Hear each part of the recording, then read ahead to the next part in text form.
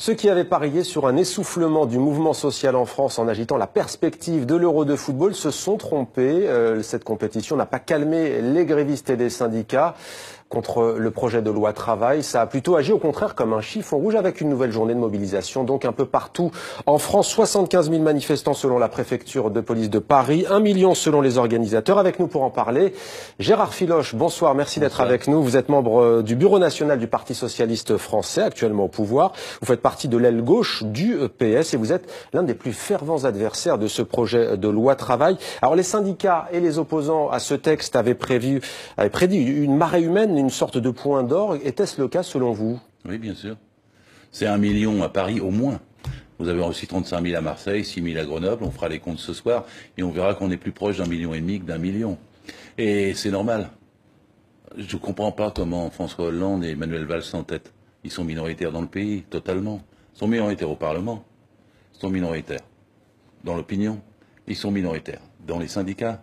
Ils sont minoritaires dans la gauche. Ils sont minoritaires dans le Parti socialiste. En d'autres temps, Balladur et Chirac avaient su retirer des projets qui étaient inacceptables. Pourquoi ils ne le font pas? Pourquoi ça tarde? Alors, c'était en quelque sorte un point d'orgue, mais est-ce que ce n'est pas non plus un baroud d'honneur? Le dialogue de source se poursuit, quelles que soient les positions des uns et des autres. L'euro d'ailleurs se déroule sans encombre, il n'est en tout cas pas affecté par les grèves. C'est moi de ne pas partager cette opinion. On nous a dit arrêter la mobilisation pour l'euro. L'euro, en 24 heures, a fait plus de bordel que toutes les manifestations ont été accusées depuis 3 mois. La deuxième chose, le point d'orgue ou le baroud d'honneur, ça fait 9 fois qu'on nous dit ça dans la presse. Moi, je vous le dis, ce mouvement est inarrêtable. Aussi, par le retrait de la loi. Ça peut pas s'arrêter. Il faut qu'ils comprennent. Nous avons, je sais pas quoi, comment vous dire, à l'Élysée, c'est quoi? C'est un groupe de 10, quoi. Ils gouvernent le pays, c'est la promotion Voltaire.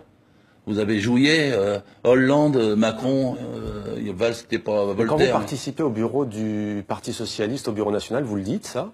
Ouais, exactement. Vous pouvez lire mon intervention au bureau national. Chaque semaine, je l'écris et je la publie sur mon blog. Et que vous répond-on?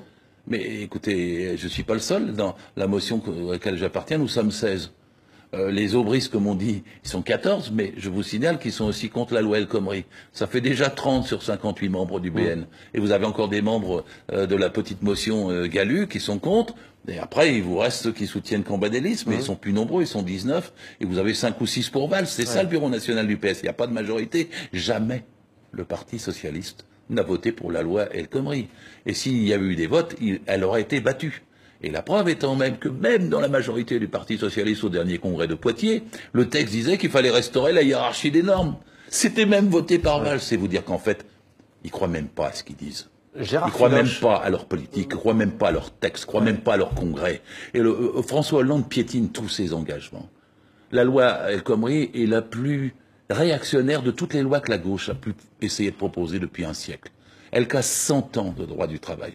Le droit du travail, il a été construit en 1906 et 1910. C'était la catastrophe de Courrières. En 1906, il y a eu 1099 mineurs qui sont morts d'un coup de grisou. Et le patron, il avait refusé qu'on cherche s'il y avait des survivants.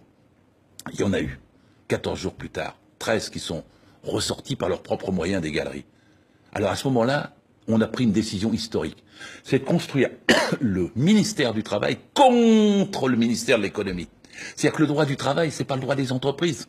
C'est le droit qui protège les salariés contre les exigences des entreprises. On va venir concrètement, Laissez-moi terminer, oui, parce que allez-y. juste sur ce point, François Hollande, en septembre dernier, il a dit « Nous allons adapter les droits du travail aux besoins des entreprises. » En une seule phrase. C'est d'ailleurs l'article 1 de la loi El Khomri. C'est une contre-révolution. C'est une rupture avec 100 ans d'histoire.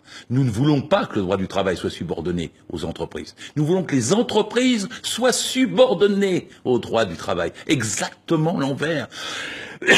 Alors, c'est pour ça que vous avez tant de manifestants. Vous avez été inspecteur du travail. En quoi, d'ailleurs, vous utilisez le mot dégueulasse. En quoi ce texte est-il, selon vous, dégueulasse? Et pour qui? Écoutez, l'article 52, vous savez, il y a un homme qui s'est immolé par le feu. C'était à Nantes, il y a 3 ans. Parce que le Pôle emploi lui avait retiré sur son compte des trop perçus ou des indus, comme il disait. C'était pas sa faute, hein. Il était saisonnier, l'employeur avait pas les employeurs n'avaient pas rempli à temps les papiers, il ne peut pas les transmettre au Pôle emploi. Pôle emploi vient chercher sur son compte bancaire de l'argent. Et il va perdre son compte bancaire, il va perdre son logement. Alors il s'immole par le feu.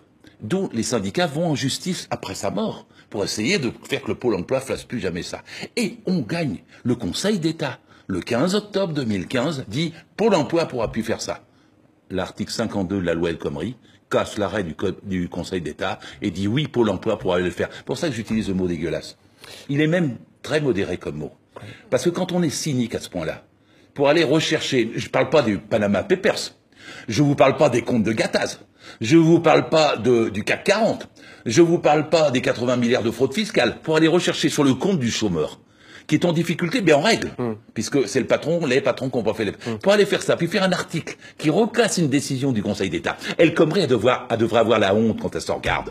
Et ceux qui ont fait la loi avec Valls aussi. Mais il n'y a pas que cet article-là, tous les articles sont mauvais. On va notamment aborder l'article de Gérard Filoche, mais d'abord, puisque vous évoquez ce terrible sort, cette terrible histoire de ce jeune saisonnier, vous parlez des saisonniers, ceux qui critiquent le mouvement social en France et les manifestants et les grévistes disent qu'au fond, ceux qui manifestent ne sont pas vraiment concernés puisqu'ils travaillent dans le secteur public pour la plupart et qu'on ne voit pas beaucoup de saisonniers dans les rues. Est-ce vrai ou pas ? Mais qu'est-ce que c'est que cette histoire ?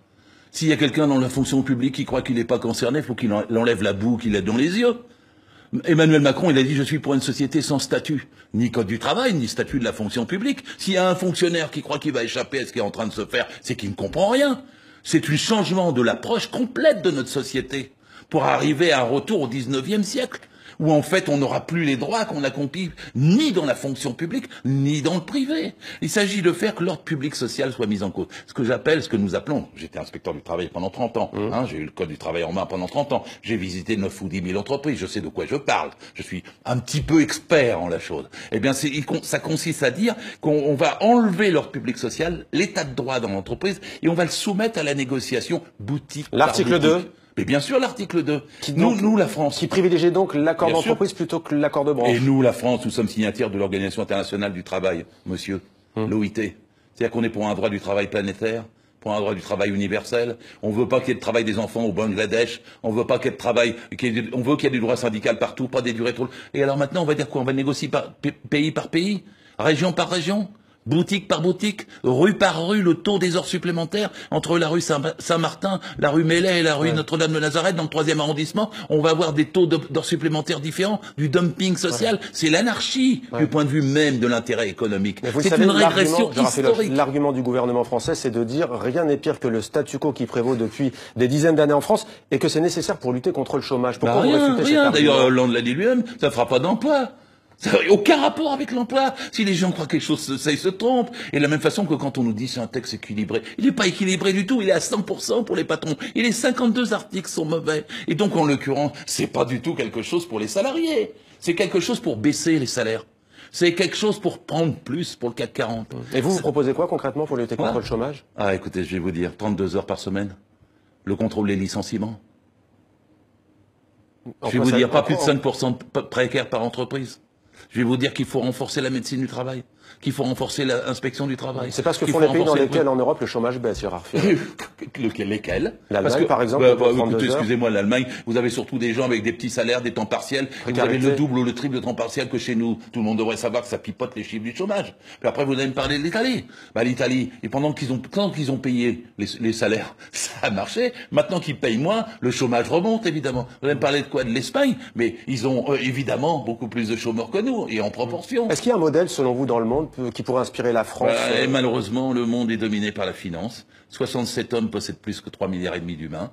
Et tant qu'on n'a pas mis à bas la finance qui pompe, à la fois les emplois, à la fois les moyens de vivre, évidemment, on n'a pas de modèle. Mais je peux vous dire qu'en France, la France n'a jamais été aussi riche. Je le dis aux gens qui nous écoutent, faut sortir la crise de votre tête. Ne croyez pas ce qu'on vous dit tous les matins. La crise, c'est pas vrai. On n'a jamais été aussi riche. 1% de notre pays possède la moitié du pays. Et c'est le grand problème, c'est pour ça que ça marche pas. C'est parce qu'il faut d'abord redistribuer les richesses, pour que les gens aient de quoi acheter, pour que l'économie reparte, et pour qu'il y ait à la fois une réduction du temps de travail et une réduction des richesses. Tant qu'on s'en prend pas au 1%, nous, les 99%, on va souffrir. Mais on est en train de gagner, ceci dit. Parce que je veux quand même rester sur la journée d'aujourd'hui. 1 million de manifestants, ce mouvement va gagner. Et ceux qui sont en train de se barricader dans le bunker de l'Élysée vont devoir entendre. Alors on précise que l'examen du projet de loi travail a commencé hier en séance publique au Sénat, un mois après son adoption sans vote, avec le 49-3 à l'Assemblée nationale. Gérard Filoche, le modèle français qui a été mis en place après les 30 Glorieuses, est-il encore adapté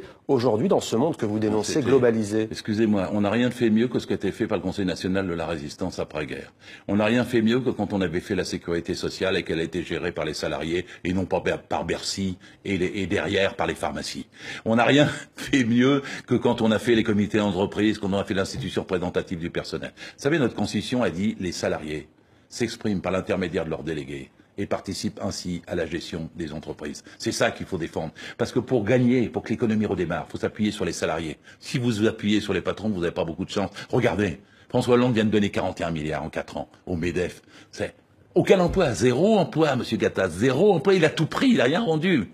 Ceux qui peuvent rendre et ceux qui construisent, ceux qui produisent, c'est les salariés. C'est eux qui produisent les richesses et ne reçoivent pas la part qu'ils méritent. Si nous étions la gauche au pouvoir à nouveau, et je voudrais qu'on le soit l'année prochaine, et que ça soit pas foutu. Si nous étions au pouvoir, on ferait immédiatement une augmentation des salaires, des petites retraites et des petits salaires. On ferait immédiatement une prise sur les dividendes. On ferait immédiatement une réforme fiscale. On ferait immédiatement un retour à 60 ans. C'est absurde de dire aux gens de travailler jusqu'à 65 ou 67 ans, comme le veut maintenant Juppé, quand on a 6 millions de chômeurs. C'est absurde comme la loi El Khomri de dire on va travailler 12 heures par jour ou 60 heures par semaine. Si il y a du boulot pour 60 heures par jour et 12 heures par jour et 60 heures par semaine, pourquoi il y a des chômeurs? Moi, je sais comment réduire le chômage. Ouais. Je sais comment faire. Et Hollande s'y est refusé. La suite, justement, comment vous l'imaginez, avec ce texte au Sénat, donc, et après le 49-3, qu'est-ce qui va se passer? J'imagine pas, il va falloir s'arrêter, comme Chirac. Chirac, il avait fait voter par le 49-3, puis il a dit je promulgue pas. Je crois que c'est ce que devrait faire sagement François Hollande. Qui nous disent pas pour l'euro. L'euro, c'est pire que toutes les manifestations. Mais par contre, les manifestations, elles vont continuer. Le 23 juin, le 28 juin, vous allez voir du point de vue des transports aériens. Et personne ne s'arrêtera. Parce qu'on sait que c'est nous qui sommes majoritaires. Vous avez bien entendu qu'il y a 5 syndicats sur 8. C'est fou. Il n'y a pas que la CGT, FSU, vous avez Solidaire, vous avez l'UNEF et vous avez la CGC elle-même. 6 syndicats sur 8. Et même dans la CFDT, il y a des opposants maintenant. Et même dans l'UNSA, il y a des opposants. Donc en vérité, il faut qu'ils écoutent. Qu'est-ce que c'est que ce gouvernement assis sur un 49-3? Ça doit lui faire mal quand même. Merci beaucoup Gérard Filoche d'avoir répondu à nos questions sur TV5 Monde. On le rappelle donc, 1 million de manifestants selon les syndicats à Paris, seulement à Paris, et selon la préfecture, 75 000. Merci, on rappelle donc que vous êtes très actif sur les réseaux sociaux pour ceux qui veulent suivre votre action militante. Merci à vous.